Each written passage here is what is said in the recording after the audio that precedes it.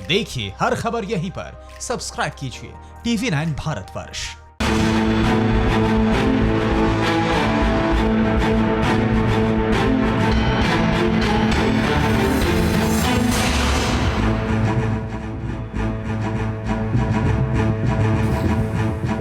नमस्कार, कैसे हैं आप? फिक्र आपकी में आपका स्वागत है। मैं हूं निशांत चतुर्वेदी। हमारे खास शो फिक्र आपकी में आपको हम आज सबसे पहले दिखाते हैं आज के सेगमेंट्स पर क्या क्या हम दिखाने वाले हैं। आज के हमारे सेगमेंट्स जरा ध्यान से देखें। फिक्र का जिक्र, फिक्रनामा, फिक्र हेडलाइंस, इसके बात होगी और फिर बात करेंगे खबर पॉजिटिव की और फिर जानना जरूरी है, फिर जो है सो है। आज के सेगमेंट्स के बाद देखते हैं आज की आपकी फिक्र की बड़ी खबरें क्या हैं। ड्रैगन चले मायावी चाल, जिनपिंग की लुका छिपी की होगी पूरी पड़ताल। एप्पल आया इंडिया, जल भुन गया चीन। चीन के जाल में फंसा नेपाल, 11 गांव हड़पे, सियासत हुई लाल। 4 दिन मुसीबत 40,000, उलझा दिए बॉस, संकट है अपार। अब भविष्य का इम्तिहान, सीबीएसई की टली परीक्षा स्कोर की बड़ी फिक्र है। आज के बुलेटिन की शुरुआत करते हैं चीन से आ रही बड़ी खबर से और बड़ी फिक्र से भी, क्योंकि अब भारत चीन के बीच चल रहा तनाव नई फिक्र की ओर बढ़ गया है। चीन अब हिंदुस्तान के साथ एक मायावी दैत्य की तरह लड़ रहा है। वो एक जगह से गायब होता है तो 3 नई जगह से प्रकट होता है। लद्दाख के गलवान घाटी के विवाद के बाद चीन ऐसा ही लगातार कर रहा है। हम ये क्यों कह रहे हैं, ये पहले आप इस मैप से समझें। आप इस मैप में लद्दाख का जो पूरा घेरा देख रहे हैं उसमें गलवान भी आता है और गलवान से ऊपर डेप्सांग भी आता है। 15 जून की रात गलवान पर ही खूनी झड़प हुई थी और भारतीय सेना ने यहां से चीन की सेना के सारे तंबू उखाड़ फेंके थे। लेकिन सैटेलाइट इमेज से पता चलता है कि गलवान में चीनी सेना ने फिर से तंबू गाड़ लिए हैं। इतना ही नहीं, उससे ऊपर डेप्सांग में भी चीन ने सेना तैनात कर दी। अब जरा सोच कर देखिए, जिस चीन ने दुनिया में पूरी बेशर्मी के साथ कोरोना बांटा, लाखों लोगों को महामारी की भट्टी में झोंका, मौत के मुंह में धकेला, चमगादड़ और चील कौवे खाने वाला वो मुल्क अब दुनिया का भूगोल बदल देने पर आमादा। चीन के राष्ट्रपति शी जिनपिंग को इतनी साधारण सी बात समझ में नहीं आती कि यह नामुमकिन है, नामुमकिन। और उनकी यह हरकत ड्रैगन की तरह उनके देश को भी विलुप्त कर देगी। गलवान में भारतीय सेना ने उनके जवानों की गर्दन तोड़ी थी, अब कंगाली चीन की कमर तोड़ देगी। कैसे, यह बताएंगे। लेकिन पहले देखिए जिनपिंग की मायावी चाल क्या है।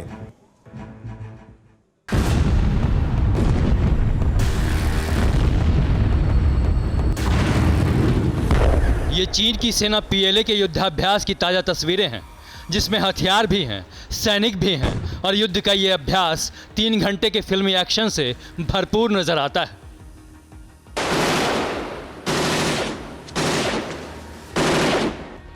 पीएलए इतनी एक्शन में दिखती है जैसे ये पूरी दुनिया को बारूदी बौछार से भस्म कर देने के लिए उतरे हैं। अपने मुल्क चीन को छोड़कर पूरी धरती को तबाह कर देने के लिए उतरे हैं। जोश देखकर ऐसा लगता है जैसे चीन के इन ठिगने और बौने सैनिकों के आगे कोई टिक ही नहीं सकता। बारूद उगलने वाले इस चाइनीज माल यानी सेना के हथियारों का मुकाबला कोई कर ही नहीं सकता। शी जिनपिंग की यही बैताल सेना भारत की सीमा एलएसी पर मायावी युद्ध करने में जुटी है। पिशाचों की तरह युद्ध के नियम तोड़ने में जुटी हैं। एक जगह से विलुप्त होने और 3 जगहों पर प्रकट होने का व्यूह रचने में जुटी हैं, जिसकी आकाशवाणी हो रही है सैटेलाइट से मिल रही इन तस्वीरों में। ईस्टर्न लद्दाख के गलवान घाटी की इस सैटेलाइट इमेज को देखिए। ये उसी जगह की तस्वीर है जहां पर 15 जून यानी सोमवार की रात भारतीय सेना ने दुश्मनों के सिर पर तांडव किया था। चीन के जवानों की गर्दनें तोड़ी थीं, चीनी सेना के तंबू उखाड़ फेंके थे, जिसके बाद मीटिंग दर मीटिंग में चीन अपनी सेना को पीछे लौटाने का वादा करता रहा, लेकिन उसका छल सैटेलाइट से ली गई तस्वीरों में कैद होता गया।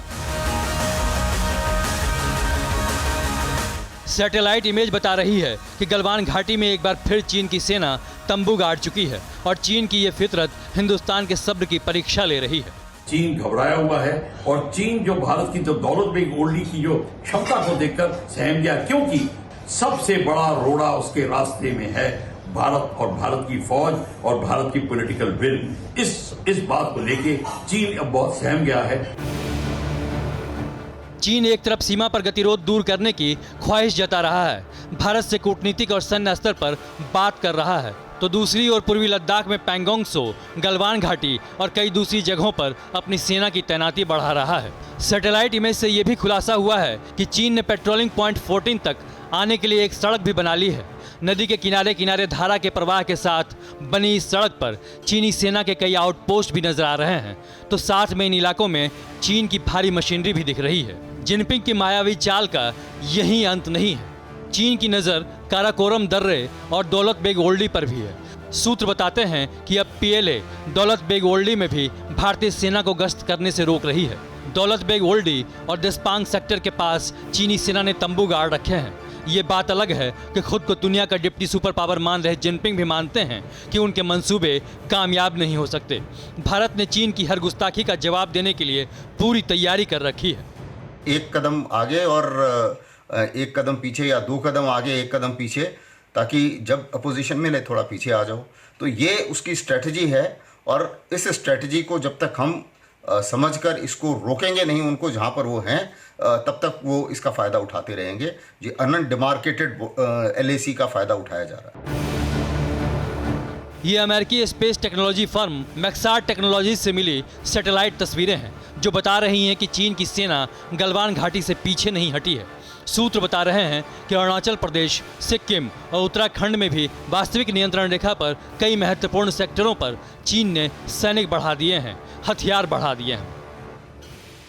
चीन ये सब कुछ अपने सारे करार तोड़कर कर रहा है। बीजिंग भी एक कदम पीछे खींचता है और 2 कदम आगे। जिनपिंग शायद नहीं जानते कि हिंदुस्तान इस 1-2 के मायावी चाल से रामायण काल से लड़ता आया है, और जिनपिंग की ये चाल उन्हें डिप्टी सुपर पावर से सुपर पावर के पोस्ट पर प्रमोट नहीं करने जा रही, बल्कि इस युग का खलनायक भी बना रही है, तो साथ में विदूषक भी बना रही है, मस्खरा भी बना रही है।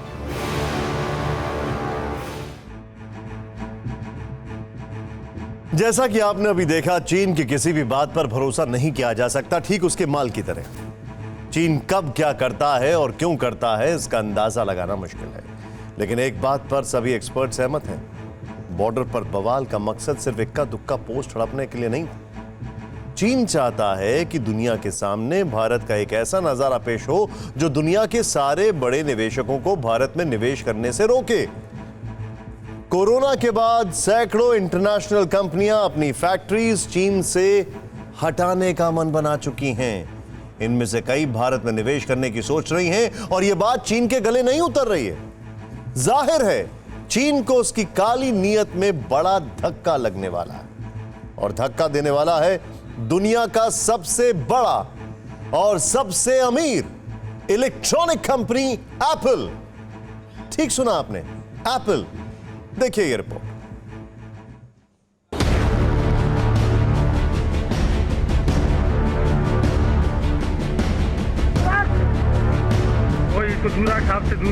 सरहद पर बार बार भारत को उकसाने वाले चीन को अपनी बर्बादी का डर सता रहा है। दुनिया का बादशाह बनने का ख्वाब देखने वाले चीन के तानाशाह को अब ना रातों में नींद आती है, ना दिन में चैन आता है।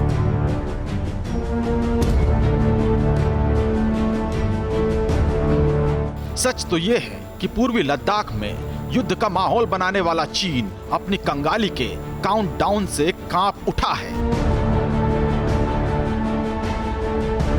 एक तरफ जंग की तैयारी, दूसरी तरफ शांति की बात करने वाले चीन के दोहरे चरित्र की इनसाइड स्टोरी हम आपको बताते हैं।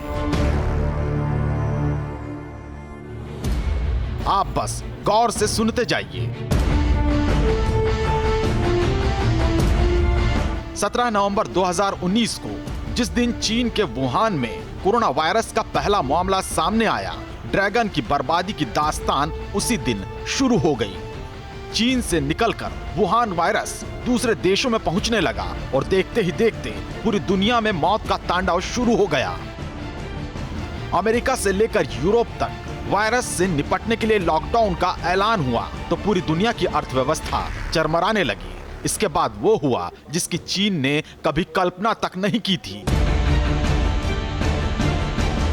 एक एक कर दुनिया की बड़ी बड़ी कंपनियों ने चीन से पलायन का फैसला लेना शुरू कर दिया। अकेले अमेरिका की 200 कंपनियों ने दुनिया के दूसरे देशों में जमीन तलाशनी शुरू कर दी। धीरे धीरे दूसरे देशों की कंपनियों ने अमेरिका की राह पर चलने के संकेत दे दिए। विदेशी कंपनियों में चीन छोड़ने की सुगबुगाहट की भनक लगते ही इधर मोदी सरकार ने उन कंपनियों को भारत बुलाने की योजना पर काम शुरू कर दिया था। पड़ोसी देशों की जमीन हड़पने के लिए पूरी दुनिया में बदनाम चीन इस सदमे को बर्दाश्त नहीं कर सका। अपनी आर्थिक बर्बादी के टाइम बम की टिक टिक सुनते ही चीन ने भारत के साथ सीमा पर तनाव के हालात बनाने की तैयारी कर ली। मई के महीने में अमेरिकी कंपनियों के बदले रुख को भांपते ही ड्रैगन ने भारत में अस्थिरता की साजिश रच डाली। एलएसी पर चीनी सैनिकों की तैनाती बढ़ने लगी। गलवान घाटी और पेंगोंग लेक के इलाकों में भारत के टकराव के हालात बनने लगे और 15 जून को आखिरकार चीन की तानाशाही सरकार ने सरहद पर अपनी साजिश को अंजाम दे दिया। सीमा पर तनाव बढ़ाकर चीन अमेरिका और दूसरे देश की कंपनियों को भारत में निवेश से रोकना चाहता है। चीन ये संदेश देना चाहता है कि भारत में राजनीतिक अस्थिरता का माहौल है। चीन दुनिया को ये जताना चाहता है कि भारत में अस्थिरता का ये माहौल उनके कारोबार के लिए ठीक नहीं है। लेकिन चीन का दांव एक बार फिर उल्टा पड़ गया। एलएसी पर तनाव बढ़ाकर भारत में अंतरराष्ट्रीय कंपनियों के निवेश रोकने की चीन की चाल फुस हो गई। चीन की साजिश को झटका दिया है अमेरिका की मोबाइल कंपनी एप्पल ने। सरहद पर चीन की चाल के बावजूद एप्पल ने भारत में मोबाइल फोन का एक्सपोर्ट हब बनाने का मन बना लिया है। कंपनी अगर दूसरे देशों में जाती हैं तो चाइना की इकोनॉमिक सिचुएशन और ज़्यादा खराब हो सकती है और इसी वजह से चाइना यहाँ पर परेशान है। वो एलओसी पे इस तरीके की संकट को क्रिएट कर रहा है जिससे कि यहाँ पर भारत उससे पीछे हटे। चीन के बाहर कई जगहों पर संभावनाएं तलाशने वाली कंपनियों को आकर्षित करने के लिए और भारत को मोबाइल एक्सपोर्ट का हब बनाने के लिए मोदी सरकार तुरंत हरकत में आ गई। जून की शुरुआत में 41,000 करोड़ रुपए के पीएलआई स्कीम यानी प्रोडक्शन लिक्विड इंसेंटिव स्कीम की घोषणा की। इसके तहत सरकार 5 ग्लोबल कंपनी और 5 लोकल कंपनियों को भारत में हाई एंड मोबाइल के निर्माण की इजाजत देगी। इस प्लान के तहत जो मोबाइल बनेंगे वो सिर्फ एक्सपोर्ट होंगे, जिससे भारत के एक्सपोर्ट को बल मिलेगा। इस प्लान का ऐलान होते ही आईफोन के लिए ग्लोबल कॉन्ट्रैक्ट लेने वाली फॉक्सकॉन और विस्ट्रॉन कंपनियों ने भारत में एक्सपोर्ट हब का हिस्सा बनने के लिए आवेदन भेज दिया। सबसे बड़ी बात यह है कि फॉक्सकॉन और विस्ट्रॉन पहले से भारत में काम कर रही है, जिसकी वजह से ये कंपनियां जल्द से जल्द एक्सपोर्ट के लिए आईफोन बना सकती हैं। चेन्नई में फॉक्सकॉन की फैक्ट्री और बेंगलुरु में विस्ट्रॉन की फैक्ट्री में मोबाइल फोन का निर्माण होता है। आपको बता दें कि 2019 के वित्तीय वर्ष में भारत में मौजूद फॉक्सकॉन के प्लांट का टर्नओवर 35,000 करोड़ रुपए था। आईफोन बनाने वाली फॉक्सफोन और विस्ट्रॉन कंपनियों के अलावा बहुत जल्द साउथ कोरिया की कंपनी सैमसंग और फ्लेक्सट्रॉनिक्स भी आवेदन जमा करने वाले हैं। बताया जा रहा है कि ताइवान की फॉक्सकॉन कंपनी ने आईफोन के अलावा और ब्रांड्स के फोन बनाने के लिए एक दूसरा एप्लीकेशन भी डाला है। मोबाइल मैन्युफैक्चरिंग हब के लिए ये विदेशी कंपनियां 31 जुलाई तक अप्लाई कर सकती हैं और अगस्त की शुरुआत में चुनी गई कंपनियों के नाम का ऐलान भी हो जाएगा। बताया जा रहा है कि पीएलआई स्कीम के तहत भारत में बनने वाले मोबाइल एक्सपोर्ट हब से अगले 5 साल में 15 लाख नौकरियां मिलेंगी।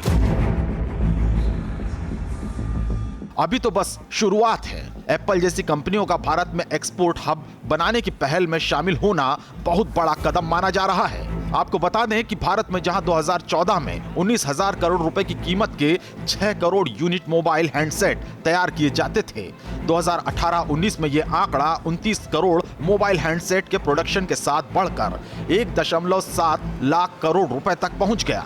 वहीं इलेक्ट्रॉनिक्स का निर्यात 2014-15 के 38,263 करोड़ रुपए से बढ़कर 2018-19 में 61,908 करोड़ हो गया। 2012 में जहां भारत में दुनिया का 1.3% इलेक्ट्रॉनिक सामान बनाया जाता था, 2018 में निर्माण का यह आंकड़ा 3% तक पहुंच गया। चीन जानता है कि भारत की आर्थिक ताकत बढ़ी तो एशियाई मुल्कों में ड्रैगन का दबदबा कम हो सकता है। चीन से नाराज 200 अमेरिकी कंपनियां अगर भारत में निवेश करती हैं तो भारत और अमेरिका के संबंध और मजबूत होंगे। असर ग्लोबल इकोनॉमी और ग्लोबल पॉलिटिक्स पर होगा। दुनिया में हर साल करोड़ों आईफोन बिकते हैं। ज्यादातर आईफोन चीन के ही फैक्ट्री में बनते हैं। 2018 में करीब 22 करोड़ आईफोन बने। लेकिन कोरोना के बाद एप्पल ने तय कर लिया है कि 20% मैन्युफैक्चरिंग इंडिया में शिफ्ट होगी। चीन के लिए दोगुना धक्का है। एक तो चीन का बिजनेस घटेगा और तो और ये बिजनेस इंडिया को मिलेगा।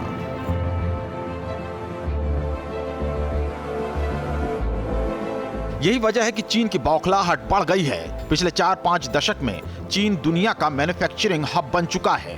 चीन की इकोनॉमी पूरी तरह विदेशी फैक्ट्री पर निर्भर है। चीन को डर है कि भारत में विदेशी कंपनियों का निवेश बढ़ने से उसकी माली हालत बिगड़ सकती है। चीन से विदेशी कंपनियों के पलायन में भयानक तेजी आ सकती है। चीन में लगी फैक्ट्री भारत और अन्य देशों में शिफ्ट हो सकती है। लेकिन कोरोना के बाद चीन पर आर्थिक संकट मंडरा रहा है। चीन की इकोनॉमी कमजोर हुई तो अब तक लोकतंत्र का गला घोंटने वाली कम्युनिस्ट सरकार के खिलाफ बगावत तेज हो सकती है।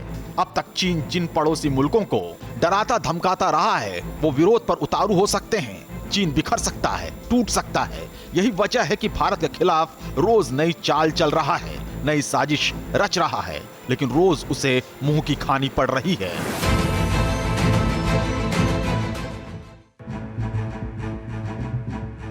लेकिन एक संकट है और संकट इस बात को लेकर है कि उन कंपनियों का क्या होगा जो चीनी मोबाइल कंपनियां भारत में मोबाइल बना रही हैं। सोचने वाली बात। खैर, चीन को हर रोज मुंह की खानी पड़ रही है क्योंकि जिसकी नीयत बुरी हो उसके साथ अच्छा नहीं हो सकता है।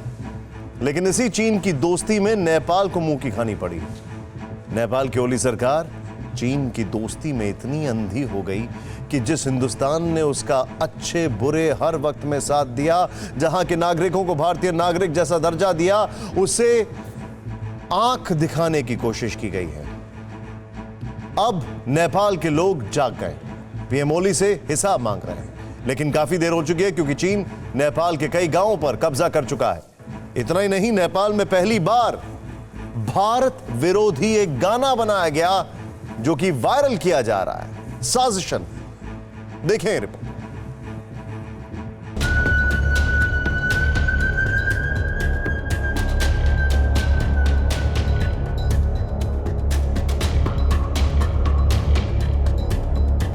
चीन की दोस्ती में चूर नेपाल की कम्युनिस्ट सरकार अब ड्रैगन की विस्तारवादी नीति की शिकार हुई। जिस चीन के इशारे पर नेपाल ने अपने परंपरागत दोस्त हिंदुस्तान को आंखें दिखाने की कोशिश की है, जिस हिंदुस्तान की लिपुलेख, काला पानी और लिम्पियाधुरा को अपने नक्शे में शामिल करने की हिमाकत की है, उसी नेपाल के कई हिस्सों को ड्रैगन ने अपना निवाला बना लिया। नेपाल के कई गांव पर चीन ने कब्जा कर लिया। यह खुलासा हुआ है नेपाल के कृषि मंत्रालय की रिपोर्ट से, और यह रिपोर्ट प्रकाशित होते ही पूरे नेपाल में खलबली मच गई। विपक्षी दल नेपाली कांग्रेस ने सरकार को घेरा, तो वहीं सरकार की सहयोगी पूर्व प्रधानमंत्री पुष्प कमल दहल उर्फ प्रचंड ने ओली सरकार को हर मोर्चे पर नाकाम बता दिया। अब हिंदुस्तान से दुश्मनों जैसा बर्ताव दिखाने वाली नेपाल की कम्युनिस्ट सरकार अपने ही घर में घिर गई। विपक्ष ने नेपाली संसद में चीन के रवैये के खिलाफ संसद में संकल्प प्रस्ताव लाने का नोटिस तक दे दिया है। नेपाली पीएम ओली का चीन के प्रति रुख नेपाल की संप्रभुता से खिलवाड़ माना जा रहा है, जिसका खुलासा कृषि मंत्रालय की सर्वे रिपोर्ट के बाद एक्टिव हुए विपक्ष ने किया है। खुलासा यह है कि चीन ने नेपाल के 11 गांव पर कब्जा कर लिया है। इनमें 10 गांव की करीब 33 हेक्टेयर जमीन हड़प ली गई है।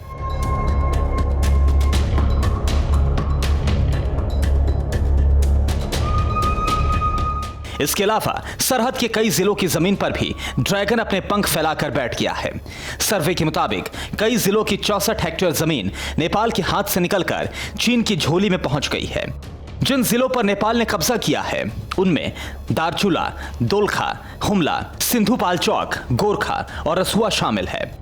इनमें गोरखा जिले में पिलर नंबर 35 को नेपाल की तरफ करके गोरखा के उत्तरी हिस्से में पड़ने वाले रुई गांव पर चीन का कब्जा हो चुका है। इस गांव में रहने वाले 72 परिवार अब चीन के तिब्बत ऑटोनमस रीजन के अधीन हो गए हैं। ठीक ऐसे ही दार्चुला जिले के जीव के 18 परिवार भी नेपाल से कट चुके हैं।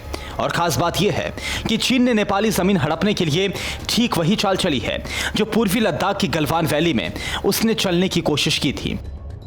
चीन ने नदियों के प्राकृतिक बहाव को बदलकर अपने पक्ष में कर लिया है और ये सब हुआ है नेपाल की ओली सरकार की नीतियों से। चीन एकदम वहाँ पर हावी हो गया है और चीन नाव ही केवल नेपाल की धरती को उसने हथिया लिया है, परंतु उसको बिल्कुल ही अपने अंगूठे के तले रखेगा, जैसे उसने पाकिस्तान को एक कॉलोनी के तरीके से बनाया है। खुलासा बड़ा है, इसलिए चीन से करीबी बढ़ाने वाले नेपाली पीएम ओली की नीतियों पर सवाल उठ रहे हैं।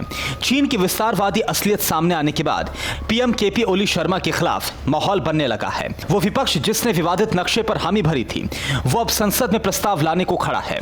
पीएम ओली के सहयोगी पूर्व प्रधानमंत्री पुष्पकमल दहल उर्फ प्रचंड भी उन पर हमलावर हैं। उन्हें हर मोर्चे पर नाकाम बता रहे हैं और अब प्रधानमंत्री पद से इस्तीफे की मांग कर रहे हैं क्योंकि पीएम ओली की भूमिका संदिग्ध है।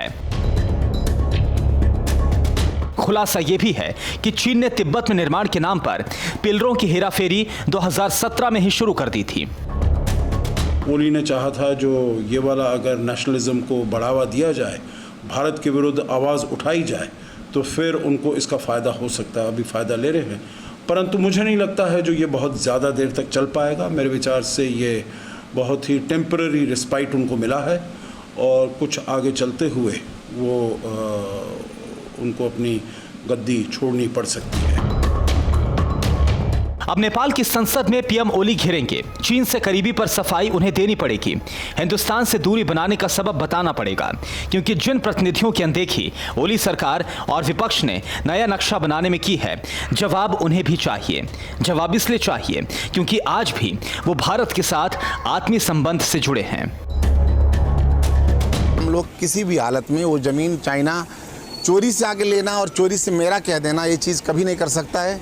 वो अंतर्राष्ट्रीय समुदाय का भी सहयोग हम लोगों के साथ होगा क्योंकि हम लोग स्वतंत्र राष्ट्र हैं और चाइना से जिस तरह से भी किसी कीमत पर वो फिरता हम लोग लाएंगे, सरकार वो काम करेगी। ये नेपाल की आवाज है जिसमें दो देशों की नहीं बल्कि दिलों के संबंध के प्रति मोहब्बत है। लेकिन नेपाल की कम्युनिस्ट सरकार चीन के दिखाए ख्वाब में इतनी अंधी हो गई, उसे अपने देश के लोगों की आवाज तक सुनाई नहीं दी और नतीजा अब पूरा नेपाल देख रहा है। वो चीन है जिसने अपना फन नेपाल की जमीन पर फैला दिया है।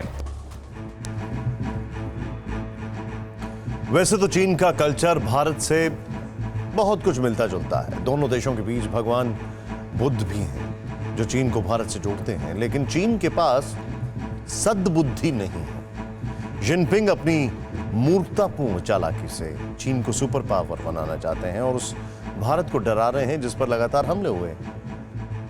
और जो कभी भी जंग नहीं हारा, इनमें चीन की 62 की तथाकथित जीत भी शामिल, जिसमें जीतकर भी चीन अपने सैनिकों की मौत देखकर तिलमिला गया था। और अब देखते हैं फिक्र हेडलाइंस।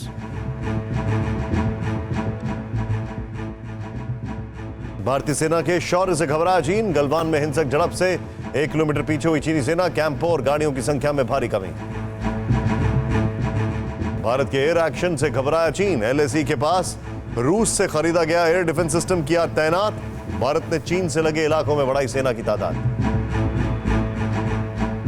एलएसी पर भारत की चीन को कड़ी नसीहत। विदेश मंत्रालय का बयान, एलएसी पर कोई बदलाव बर्दाश्त नहीं। गलवान झड़प के लिए चीन जिम्मेदार, उकसाने पर की जवाबी कार्रवाई। चीन के खिलाफ देश भर में विरोध प्रदर्शन जारी। जम्मू में लोगों ने चाइनीज सामान में लगाई आग। दिल्ली के होटल और गेस्ट हाउस के दरवाजे चीनी नागरिकों के लिए बंद।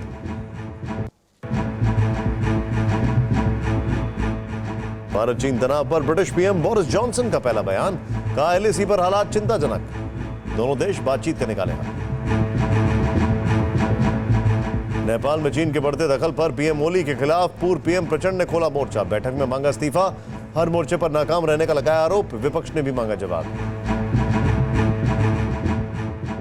भारत की ताकत से डरे इमरान खान पाकिस्तानी संसद में बोले, किसी भी वक्त भारत कर सकता है हमला।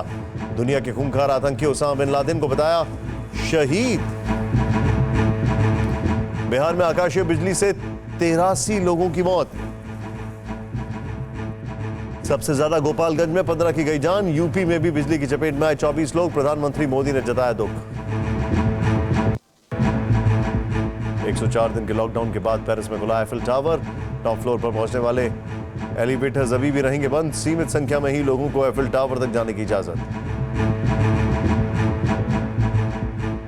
चीन ने कभी कृत्रिम चांद बनाकर दुनिया को चौंकाया है तो कभी कृत्रिम बारिश से अपनी टेक्नोलॉजी का लोहा मनवाया। ड्रैगन के इस देश ने नदियों की धारा मोड़ दी, कुदरत का रुख पलट दिया। लेकिन कोरोना बांटने वाले इस पापी मुल्क पर आजकल कुदरत का ऐसा कहर टूटा है कि चांद बनाने वाले चीन का गुरूर चकनाचूर हो गया है। लाखों लोग हाहाकार करने लगे हैं। 80 साल बाद चीन ऐसी भीषण बाढ़ से जूझ रहा है जो उसे तबाह कर सकती है। सबसे बड़ा संकट उस बांध पर है जो टूटा तो 24 से ज्यादा राज्य पूरी तरह बर्बाद हो जाएंगे।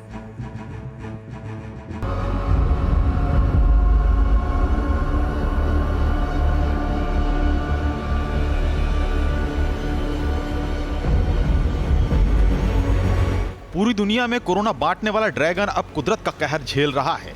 चीन अपने देश के अंदर फैली तबाही से मचल रहा है।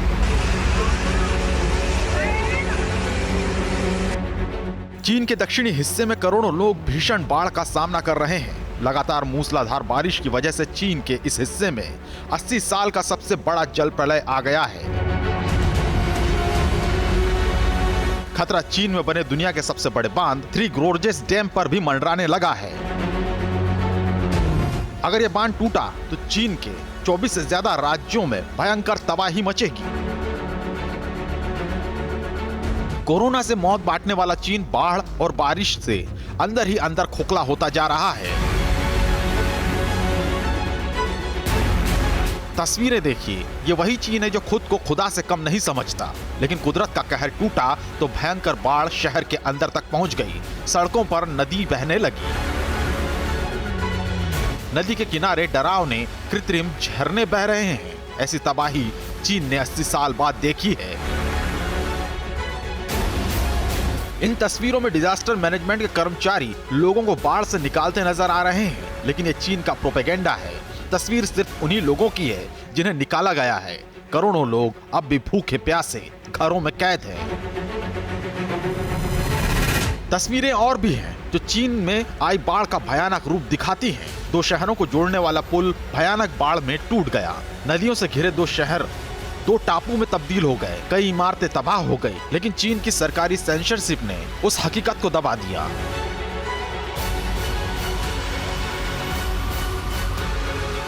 शहर के अंदर पहुंची बाढ़ के इन हालातों को देखिए और कल्पना कीजिए चीन की कुदरत से खिलवाड़ करने वाली नीति का बदला कुदरत ने किस तरह लिया है, जिसके शिकार हो रहे हैं आम लोग। खेत डूब गए, घरों में पानी भर गया, रिहायशी इलाके डूब गए। ना तो सरकार ने प्रभावितों का आंकड़ा जारी किया, ना मौत की संख्या सामने आई। सिर्फ अलर्ट जारी किया गया है, सावधान रहने को कहा गया। और यही चीन की रणनीति है जो दुनिया को भरे परोसता है। वही चीन बाढ़ में अपनों की जान से खेल रहा है। अब इस चीन से कोई क्या उम्मीद कर सकता है? पिछले 3 दिनों से हम बार बार दिल्ली की एक बड़ी फिक्र का जिक्र कर रहे हैं। वो ये है कि कोविड पॉजिटिव मरीजों के लिए अस्पताल या कोविड केयर सेंटर जाना क्यों अनिवार्य है। आज 4 दिन बाद उपराज्यपाल ने अपने इस फैसले को पलट दिया। तो ये जो व्यवस्था बीच में लागू हुई 3-4 दिन के लिए, अब ये खत्म हो गई है। वापस होम आइसोलेशन में रहने के लिए, अगर आप होम आइसोलेशन में रहने के लिए एलिजिबल हैं तो आप कोरोना पॉजिटिव होने के बाद भी होम आइसोलेशन में रह सकते हैं। लाइन में लगने की जरूरत नहीं है आपको, जो बीच में सिस्टम लागू हुआ था। चलिए, अच्छा हुआ कि दिल्ली को एलजी के एक और तुगलकी फरमान से मुक्ति मिल गई। आपको बता दें कि इससे पहले भी 19 जून को दिल्ली के उपराज्यपाल ने एक सनक भरा फरमान सुनाया था। वो ये कि सभी कोरोना संक्रमितों को 5 दिन क्वारंटीन सेंटर में रहना अनिवार्य होगा। इसका विरोध हुआ तो अगले दिन फैसला पलट दिया और 20 जून को ही एक तुगलकी फरमान रद्द कर दूसरा जारी कर दिया कि अब हर एक कोरोना पॉजिटिव को कोविड केयर सेंटर जाना अनिवार्य होगा। मतलब पहले जिन कोरोना संक्रमितों को हल्के लक्षण या उनमें लक्षण नहीं होते थे उन्हें घर से नहीं निकलना होता था, लेकिन एलजी के फैसले के बाद 21 जून से दिल्ली में हर कोविड मरीजों के लिए अस्पताल जाना अनिवार्य हो गया। एलजी के इस एक फैसले से दिल्ली में कितनी हाई तौबा मची वो जानिए। इस फैसले के बाद 24 जून तक दिल्ली में करीब 15,000 कोरोना के नए संक्रमित निकले, लेकिन उनमें सिर्फ लगभग 450 मरीज ही कोविड केयर सेंटर जा पाए। और गहराई से इसे देखें तो 22 जून को दिल्ली में 2,909 और 23 जून को 3,947 कोरोना के नए केस आए, जबकि इनमें से 294 लोग 22 जून को और 23 जून को सिर्फ 144 मरीज कोविड केयर सेंटर गए। यहाँ जानना ये भी ज़रूरी है कि लोग कोविड केयर सेंटर पर क्यों नहीं जाना चाहते थे। पहले के नियम के मुताबिक अगर आप कोरोना पॉजिटिव पाए जाते थे तो मेडिकल टीम आपकी काउंसलिंग के लिए आपके घर आती थी और ये आकलन करती थी कि आपको अस्पताल ले जाने की ज़रूरत है या नहीं। लेकिन एलजी के आदेश के बाद पुलिस प्रशासन के लोग आपको लेने आपके घर आते थे, जिससे कोविड मरीज़ और उसका परिवार और भी डर जाता था। दूसरी बात कि दिल्ली में इस वक्त करीब 3,000 नए केस हर रोज़ आ रहे हैं, जबकि कोविड केयर में लगे हैं सिर्फ 163 एम्बुलेंस, जो अलग अलग इलाकों से 3,000 लोगों को अस्पताल नहीं ले जा सकते। नतीजा ये हुआ कि वसंत कुंज इलाके में एक एम्बुलेंस में भरकर 15 मरीजों को ले जाया जाने लगा तो लोगों ने मना कर दिया, जिसके बाद बीच बचाव के लिए पुलिस को आना पड़ा। इतना ही नहीं, बसों में भर भर कर कोविड मरीजों को अस्पताल पहुँचाया जाने लगा। एलजी साहब के इस आदेश की वजह से आज पूरा का पूरा जो एम्बुलेंस सिस्टम है, जो प्रशासन का मेडिकल का सिस्टम है, वो भी दबाव में है। आज बसों में भर भर के लोगों को ले जाना पड़ रहा है। हमने बार बार आपको बताया कि कोविड मरीज अगर घर से निकलकर कोविड केयर सेंटर जाता है तो उसे परेशानी और उससे संक्रमण फैलने का खतरा ज़्यादा होता है। एलजी के बेतुके आदेश से परेशानी ये थी कि अगर किसी व्यक्ति को तेज़ बुखार है या फिर वो चलने फिरने की हालत में नहीं है तो भी उसे काउंसलिंग के लिए अस्पताल जाना होगा, लाइन में खड़ा होना होगा, जिससे जगह जगह संक्रमण फैलने का खतरा होगा। जबकि आंकड़े बताते हैं कि 24 जून तक कुल एक्टिव केस का 56% यानी 14,844 संक्रमित होम आइसोलेशन में हैं, यानी अस्पताल और कोविड केयर सेंटर से ज़्यादा मरीज होम क्वारंटीन में हैं। पिछले हफ्ते भी दिल्ली में होम आइसोलेशन में 27,000 मरीज थे, जिनमें सिर्फ 6% यानी 1,618 लोगों को अस्पताल में शिफ्ट करने की नौबत आई। बाकी लोग घर में रहकर ही ठीक हो गए। मतलब उन मरीजों को अस्पताल या क्वारंटीन सेंटर ले जाने की ज़रूरत पड़ती है जिनकी उम्र या तो 60-65 साल से ज़्यादा होती है या जो कोमॉर्बिड हैं या जिनमें कोरोना के ज़्यादा लक्षण हैं। हम बार बार आपको ये बात बता रहे हैं और पहले दिल्ली सरकार भी इसी फार्मूले पर काम कर रही थी, लेकिन पता नहीं एलजी साहब को क्या सूझी कि उन्होंने एक ऐसा फरमान जारी किया कि 3 दिनों में दिल्ली हलकान हो गई। हज़ारों कोरोना मरीज और उनका परिवार परेशान हो गया। फिक्र आपकी में हम बार बार ये भी बता रहे हैं कि केंद्र सरकार के निर्देश पर दिल्ली में कौन कौन से अच्छे काम हो रहे हैं। इसके तहत यहां डोर टू डोर सर्वे किया जा रहा है, जिसका मकसद कोरोना को जल्द से जल्द काबू में करना है और मौत को मात देना। देखिए ग्राउंड रिपोर्ट। ये दिल्ली के ओल्ड चंद्रावल नगर की तस्वीर है, जहां स्वास्थ्य विभाग और प्रशासन के लोग डोर टू डोर सर्वे कर रहे हैं।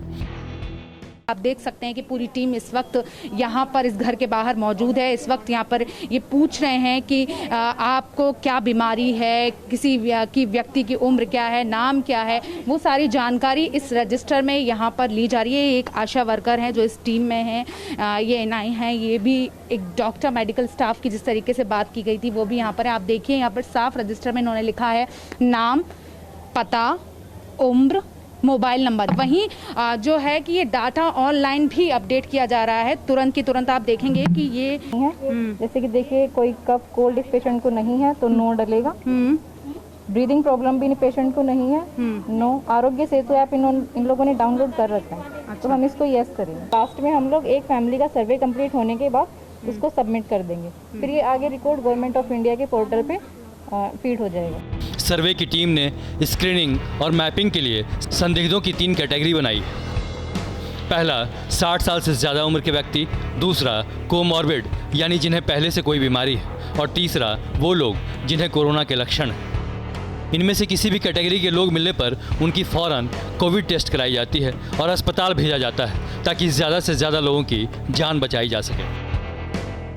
10 लोगों को पता लगा कि भाई इस तरह के सिम्टम्स हैं, तो आज ही तुरंत उनका मेडिकल टीम असेस करके और उनका जो है उनकी असेस करना शुरू कर देगी।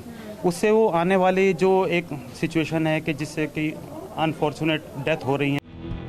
आपको बता दें कि केंद्र सरकार के निर्देश के मुताबिक दिल्ली में डोर टू डोर सर्वे किया जा रहा है। कॉन्टैक्ट ट्रेसिंग का पता लगाना, संक्रमण को रोकना और मौत पर काबू पाना है।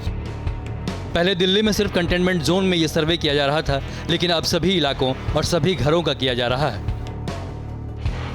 आपको ये भी बता दें कि दिल्ली के कुल 11 जिलों में 40 से 50 लाख घर हैं, जिनमें 2 करोड़ लोग रहते हैं। हर 2,500 लोगों पर एक टीम बनाई गई है और हर जिले में 1000 से लेकर 1500 टीमें सर्वे कर रही हैं। प्रत्येक टीम में 5 लोग हैं, जिनमें एक आशा वर्कर, एक मेडिकल स्टाफ, 2 पुलिसकर्मी और एक SDM है। एक घर का सर्वे करने में 15 मिनट का वक्त लगता है और कंटेनमेंट जोन में 30 जून और बाकी इलाकों में 6 जुलाई तक सर्वे खत्म करने की डेडलाइन है। इसके अलावा दिल्ली के सभी 262 कंटेनमेंट जोन में रैपिड एंटीजन टेस्टिंग भी हो रही है। सोशल डिस्टेंसिंग का पालन कराने के लिए यहां ड्रोन से निगरानी का भी निर्देश दिया गया है। CCTV कैमरे लगाने को भी कहा गया है। इसके अलावा 27 जून से सीरोलॉजिकल सर्वे के जरिए उन लोगों का भी पता लगाया जाएगा जिन्हें कोरोना तो हुआ लेकिन उन्हें पता नहीं चला। और अब देखते हैं कुछ ऐसी खबरें जो उम्मीद की किरण जैसी हैं, यानी पॉजिटिव खबरें।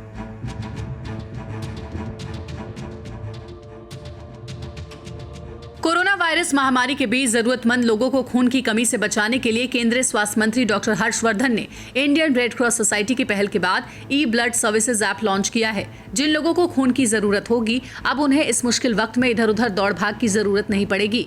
वो ऐप पर रजिस्ट्रेशन कर सकते हैं और उन्हें पता चल जाएगा कि खून कहाँ मिल सकता है।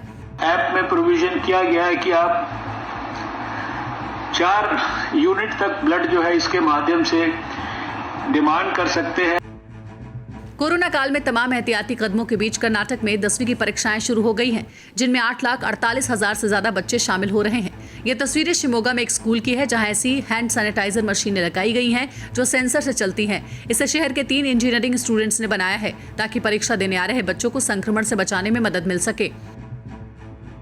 मध्य प्रदेश में इंदौर एयरपोर्ट पर पर्सनल डिस्टेंसिंग का ख्याल रखने के लिए AI यानी आर्टिफिशियल इंटेलिजेंस से लैस क्यू मॉनिटरिंग सिस्टम शुरू हो गया है। एयरपोर्ट पर अगर लाइन में लोगों के बीच में उचित दूरी नहीं रहती है तो इस मशीन में लगा अलार्म बज उठेगा और अनाउंसमेंट होने लगेगा कि दूर रहिए, सुरक्षित रहिए।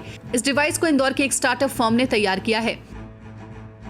देश में कोरोना संकट को देखते हुए IRDA यानी भारतीय बीमा नियामक और विकास प्राधिकरण ने बीमा कंपनियों को छोटी अवधि की हेल्थ इंश्योरेंस पॉलिसी ऑफर करने की इजाजत दे दी है, जो कम से कम 3 महीने और अधिकतम 11 महीने के लिए जारी की जा सकती है। बीमा कंपनियों को ऐसे short term health insurance products पर काम करने के लिए कहा गया है जिनमें वेटिंग पीरियड 15 दिन से ज्यादा न हो। पॉलिसी 65 साल की उम्र तक के लोग खरीद सकेंगे। हैदराबाद बेस्ड कंपनी हेट्रो ने कोरोना की दवा रेमडेसिविर के जेनेरिक वर्जन कोविफोर की 20,000 शीशियां तैयार कर ली हैं, जिनमें से 10,000 शीशियों की पहली खेप कोरोना से सबसे ज्यादा प्रभावित महाराष्ट्र, दिल्ली, तमिलनाडु, गुजरात और तेलंगाना भेजी गई है। कोविफोर की 100 मिलीग्राम की एक शीशी की कीमत 5400 रुपए है। 10,000 शीशियों की दूसरी खेप एक हफ्ते के भीतर कोलकाता, इंदौर, भोपाल, लखनऊ, पटना, रांची, विजयवाड़ा, कोचीन, त्रिवेंद्रम और गोवा भेजी जाएगी।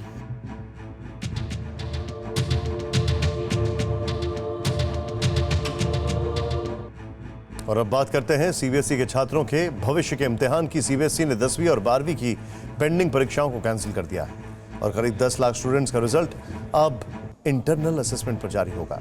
सवाल ये उठता है कि क्या ऐसा करना उन स्टूडेंट्स के साथ न्याय होगा जो हमेशा से अच्छे नंबर लाते रहे हैं। कोरोना संक्रमण और लॉकडाउन की वजह से CBSE को मार्च में बोर्ड परीक्षाएं टालनी पड़ी थीं। हालांकि 8 मई को बोर्ड ने 1 से 15 जुलाई के बीच परीक्षा कराने का ऐलान किया था, लेकिन कोरोना संक्रमण के डर के चलते बच्चों के पेरेंट्स मामले को कोर्ट में ले गए, जिस पर सुनवाई के दौरान बोर्ड ने सुप्रीम कोर्ट को बताया 1 जुलाई से शुरू होने वाली कक्षा 10वीं और 12वीं की बची हुई परीक्षाएं रद्द कर दी गई हैं। अब स्टूडेंट्स का असेसमेंट उनके पिछले 3 एग्जाम के आधार पर होगा। कुछ बच्चे हैं जो कि पूरे साल भर कोचिंग और बाकी चीजों पर ध्यान देते हैं और आखिरी समय पर वो 2 महीने की परफॉर्मेंस 2 महीने की तैयारी में वो अपना परीक्षाएं काफी अच्छा कर लेते हैं। तो वार्षिक प्रदर्शन के आधार पर अगर उन्हें पास या फेल किया जाएगा तो वो उनके साथ न्याय नहीं होगा। जिस तरह से कोरोना संक्रमण बढ़ रहा है उसे देखते हुए फैसला सही लगता है, लेकिन ये सिक्के का सिर्फ एक पहलू है। दूसरा पहलू ये है कि क्या सीबीएसई के इस फैसले की वजह से टॉपर स्टूडेंट्स पिछड़ जाएंगे? ये सवाल इसलिए भी उठ रहा है कि मानव संसाधन विकास मंत्रालय के साथ हुई बैठक में बोर्ड के अधिकारियों ने कहा था कि 10वीं कक्षा का इंटरनल असेसमेंट से रिजल्ट तैयार करना आसान है, लेकिन 12वीं कक्षा के मामले में इस तरह रिजल्ट तैयार करने में दिक्कत आएगी, क्योंकि 12वीं कक्षा के आधार पर इंजीनियरिंग, मेडिकल समेत कई अन्य उच्च शिक्षण संस्थाओं में दाखिला होता है। स्कूल के इंटरनल असेसमेंट में कई होनहार छात्र भी पीछे हो सकते हैं। लिहाजा बोर्ड ने सुप्रीम कोर्ट को बताया है कि 12वीं के स्टूडेंट्स को 2 विकल्प दिए जाएंगे। पहला विकल्प है कि उन्हें स्कूल में हुई पिछली 3 परीक्षाओं में उनके परफॉर्मेंस के आधार पर अंक दिए जाएंगे, और दूसरा विकल्प है परीक्षा देने का। जो इंटरनल असेसमेंट के अंकों से संतुष्ट नहीं होने पर स्टूडेंट परीक्षा का विकल्प चुन सकते हैं, लेकिन परीक्षा कोरोना वायरस के बिगड़े हालात सामान्य होने के बाद ही हो पाएगी। और फिलहाल हालात इतनी जल्दी तो सामान्य होते नजर नहीं आ रहे हैं। और अब देखते हैं जो है सो है।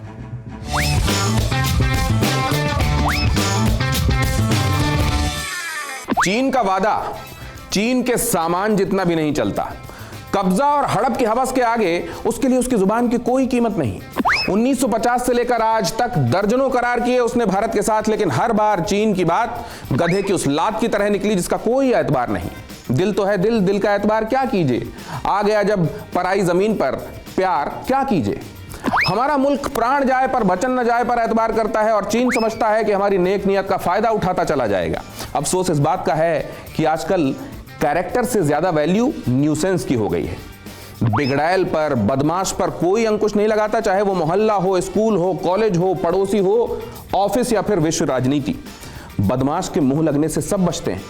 बिगड़ैल को अरे छोड़ो, तुम तो जानते हो वो तो ऐसा ही है का लाइसेंस मिला रहता है, और क्योंकि वक्त पर उसकी दवाई नहीं होती लिहाजा ये मर्ज और बढ़ता चला जाता है। जो देख रहा हूं उसमें गोस्वामी तुलसीदास जी याद आ रहे हैं। सठ सन विनय कुटिल सन प्रीति, अब बहुत हो गई, अब मूल मंत्र भय बिन होए न प्रीति। बाकी जो है सो है।